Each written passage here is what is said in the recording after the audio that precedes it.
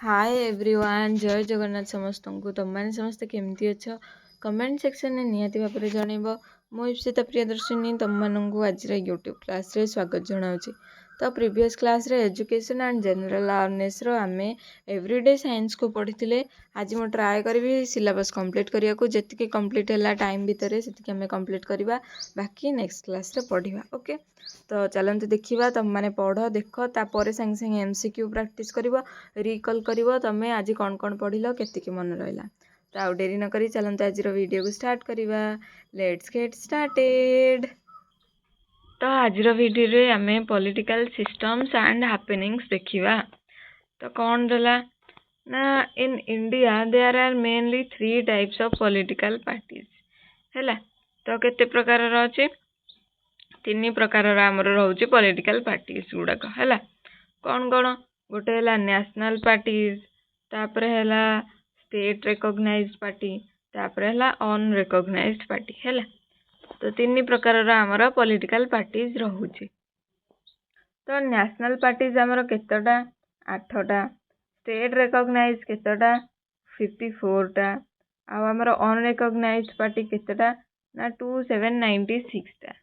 तो बर्तमान आम प्रथमे देखा नेशनल पार्टीज जो 8टा जाक रहा कौन कौन रही से सब जाक देखा तार ना तार पार्टीर ना चिन्ह कौन कौ मसीह से आसला कौन होता सब देखा चलत।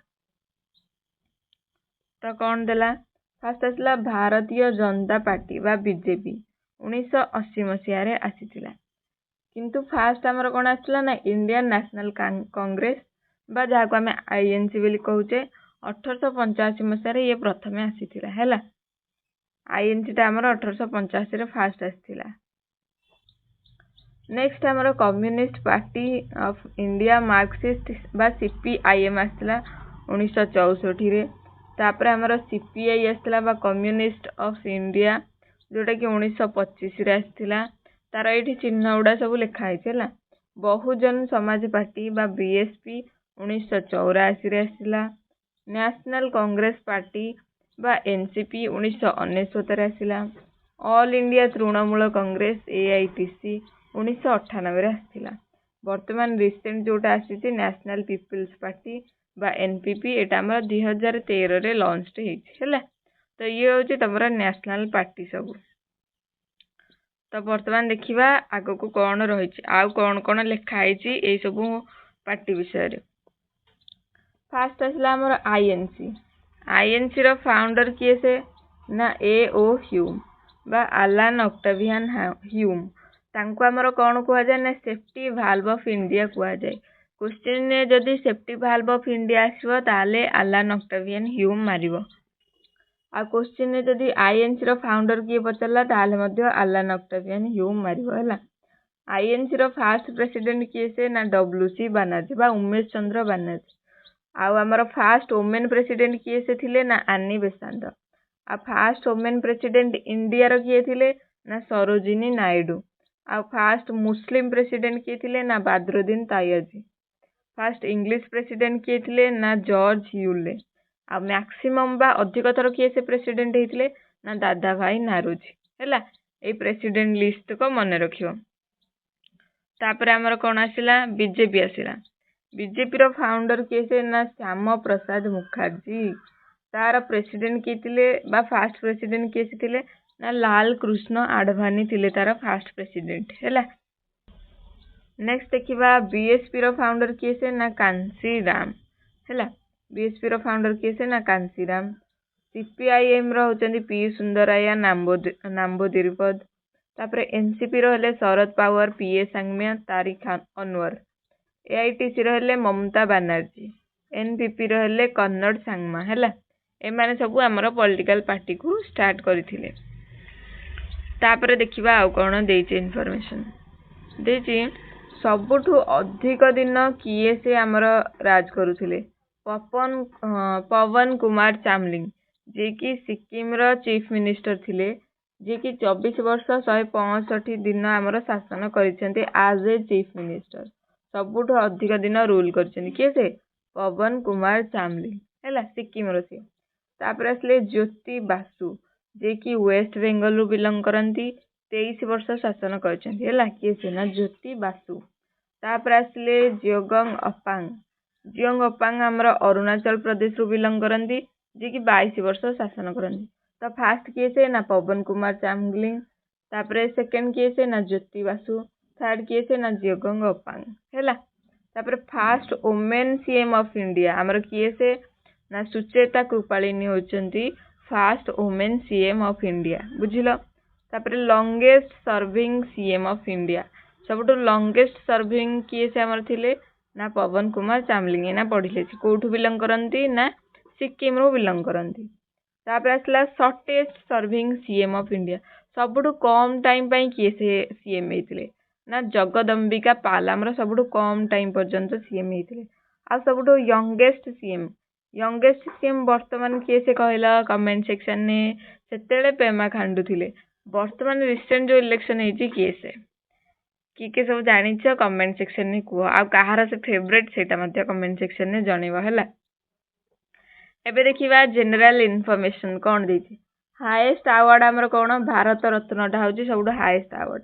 ଲଙ୍ଗେଷ୍ଟ ରିଭର କୋଉଟା ନା ଗଙ୍ଗା ହଉଛି ଲଙ୍ଗେଷ୍ଟ ରିଭର। ଲାର୍ଜେଷ୍ଟ ଲେକ୍ କୋଉଟା ଆମର ଉଲାର ଲେକ୍ଟା ହଉଛି ସବୁଠୁ ଲାର୍ଜେଷ୍ଟ ଲେକ୍।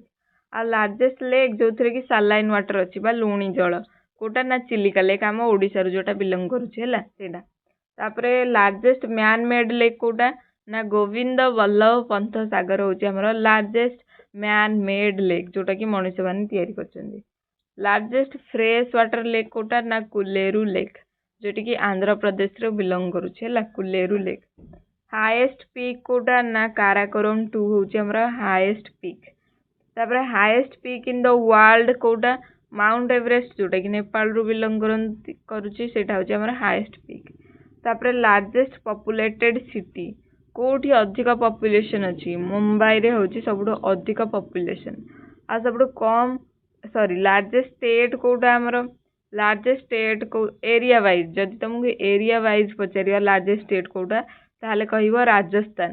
ଯଦି ପପୁଲେସନ ୱାଇଜ ଲାର୍ଜେଷ୍ଟ ଷ୍ଟେଟ୍ ପଚାରିଲା ତାହେଲେ ଉତ୍ତରପ୍ରଦେଶ ମାରିବ ହେଲା। ଏରିଆ ୱାଇଜ ପଚାରିଲେ ରାଜସ୍ଥାନ, ପପୁଲେସନ ୱାଇଜ ପଚାରିଲେ ଉତ୍ତରପ୍ରଦେଶ, ବୁଝିଲ। ନେକ୍ସଟ ହେଲା ଲାର୍ଜେଷ୍ଟ ଏରିଆ ଅଣ୍ଡର ଫରେଷ୍ଟ, କଣ ନା ମଧ୍ୟପ୍ରଦେଶ।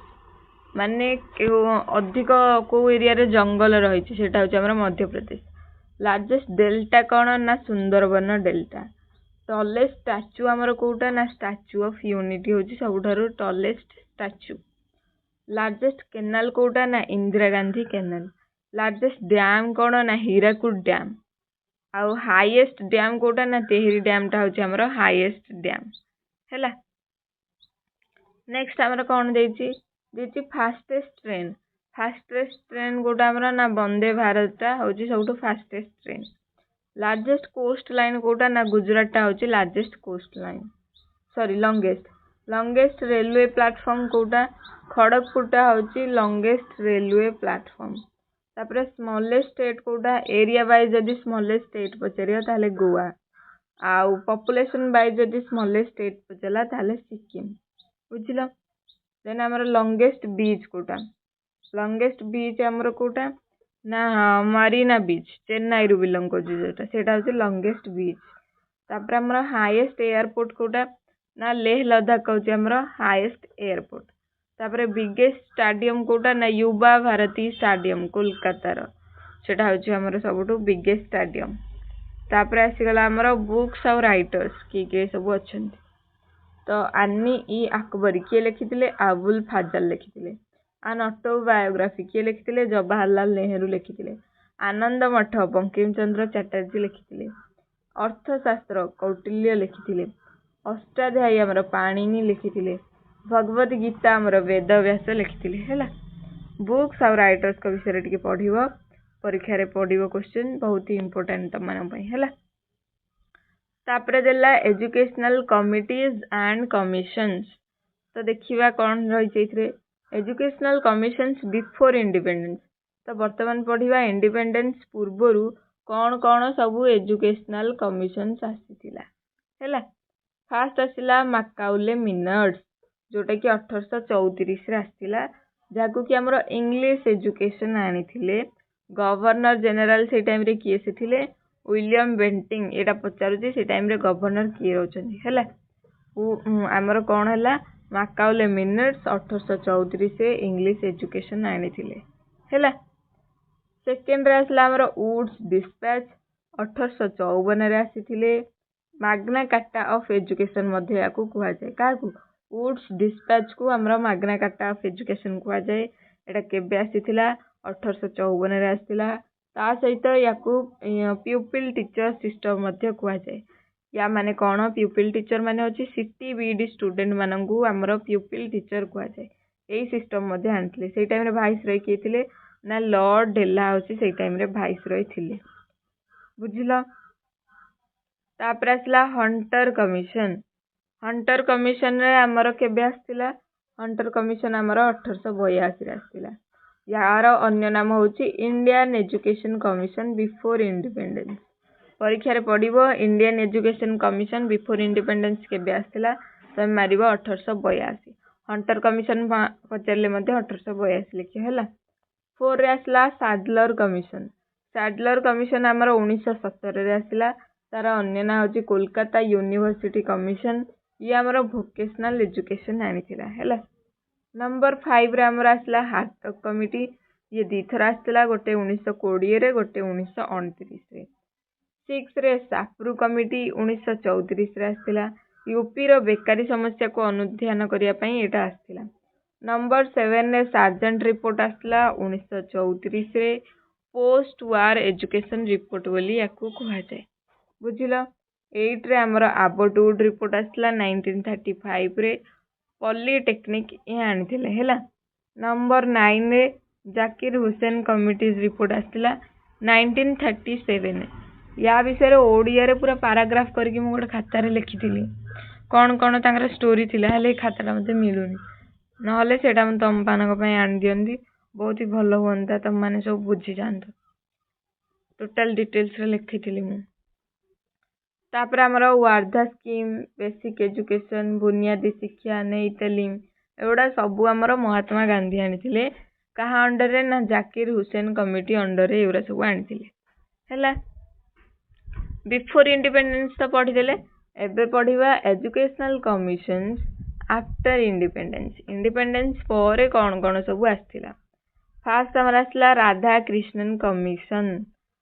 कृष्णन कमिशन को यूनिवर्सिटी एजुकेशन कमिशन मध्ये कुआ जाय एटा 1948 रु 49 भितर आस्थिला मसिया मन रखिबो कमिशन ना मन रखिबो कि आनथिले मन रखिबो हला एहार चेयरमैन की थिले ना डॉक्टर सर्वपल्ली राधाकृष्णन बुझिलो नंबर 2 रे आसला मुदालियर कमिशन 1952 रु 53 रे आस्थिला याकू हमर सेकेंडरी एजुकेशन कमिशन मध्ये कुहा जाय चेयरमैन थिले doctor A Lakshmanaswami Mudaliar teacher training ऊपर ये इंपोर्टेंस दउथिले मुदालियर कमिशन टा बुझिलो डिटेल्स सबरे जा जा लिखा ये सब नंबर 3 रे आसला हमर दुर्गाबाई देशमुख कमिटी 1958 रे आस्थिला एटा हमर वुमेन एम्पावरमेंट ऊपर बेसी फोकस करे यार अन्य नाम मध्य कोन ना NCWE means national committee for women's education मध्य कुहा जाय याकू हला यार चेयरमैन किए से ना दुर्गाबाई देशमुख तेणु करी तांको ना अनुसार कमिटीटा हेइछि वुमेन एजुकेशन केमती इंप्रूवमेंट हेइ परिबो सेथि पई आसीथिले बुझिलो भलो से डिटेल्स रे नेक्स्ट हमर आसिला कोठारी कमिशन हमर देखो फास्ट आसिला 1964 रु 66 रे आसिला कोठारी कमिशन को हमर इंडियन एजुकेशन कमिशन कुहा जाय नेशनल एजुकेशन कमिशन मध्ये कुहा जाय आ एटा हमर केते सिस्टम ना 10+2+3 सिस्टम आनिथिले या सहित कॉमन स्कूल सिस्टम मध्ये नेबरहुड स्कूल सिस्टम मध्ये ए सब प्रकार सिस्टम आना हेतला को अंडर रे कोठारी कमिशन अंडर तापरे एनपीई नेशनल पॉलिसी एजुकेशन केबे ना 1968 रे आसिला एजुकेशन पॉलिसी दा तापरे NPE national policy for education कि आनिले प्रोफेसर राममूर्ति आनिले केबे आनिले ना 1986 रे आनिले मने रखिबो केबे आसिला कि आनिले कोन आस्थिला तापरे हमर आसिला प्रोग्राम ऑफ एक्शन बा पीओए 1992 रे आसिला तापरे आसिला एनईपी नेशनल एजुकेशन पॉलिसी 2020 रे आसिला बुझिल। नेक्स्ट आम देखा आउ कौन देती आउ केतेटा रहा आउ अल्प रहा। तो नंबर 5 रे आमर आसला 1977 रे SUPW means socially useful productive work है कि आनी ईश्वर भाई पटेल कमिटी आनी तापर आमर 1979 रे मंडल कमिशन आसला PM से टाइम रे मोरारजी देसाई थिले। 1961 रे डॉक्टर संपूर्णानंद कमिटी आसला बास ये ताकू आमर कौन कह जाए द इंटीग्रेशन कमिटी बोली कह जाए बुझिल। तापर ये लिखाई कौन जो आमर 1992 रे यशपाल कमिटी आसीथिला सी कहते जे लर्निंग विदाउट बर्डन पिला माने एपरी भाव शिखु जमी कौन प्रकार बर्डन न पड़ू। तापर जो आमर सिस्टम लिखाई 10+2+3 सिस्टम एटा 1964 आसला। तापर आमर 1952 रे 8+3+3 सिस्टम आसला। तापर 1986 रे 5+3+2 सिस्टम आसला। एटा जदि परीक्षा रे पड़िबो या मन रखिथिबो कोटा को टाइम रे आसथिला हैला। नेक्स्ट आम कौन देखा देला NCF आमर केबे आसला ना नेशनल करिकुलम फ्रेमवर्क हैला। NCF आमर नेशनल करिकुलम फ्रेमवर्क जोटा कि 2005 रे आसथिला।